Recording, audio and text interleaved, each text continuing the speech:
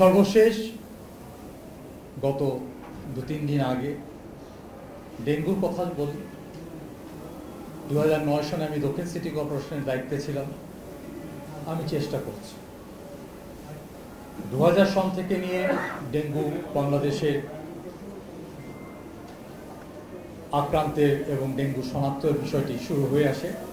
2019 সনে যখন দক্ষিণ সিটি কর্পোরেশনের দায়িত্বে আমি ছিলাম, তখন ডেঙ্গুর আউটব্রেক হয় এবং পরিস্থিতি কিন্তু অনেকটাই নিয়ন্ত্রণের বাইরে চলে গিয়েছিল।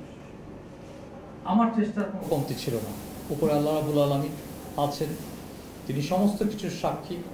নিচে এই শহরের জনগণও সাক্ষী। আমি চেষ্টা করে গেছি, দিন রাত অক্লান্ত পরিশ্রম করে গেছি।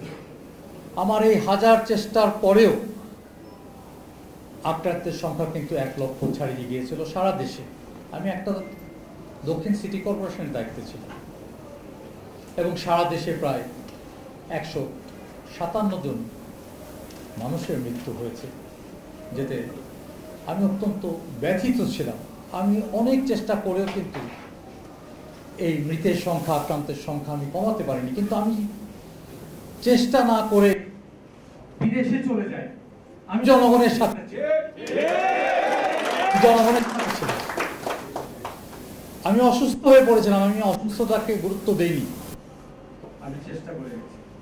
এই হাসপাতালে রোগীর সঙ্গে কথা বলা, এই ম্যানেজমেন্টটা খুব ইজি ছিল না। মশার ওষুধের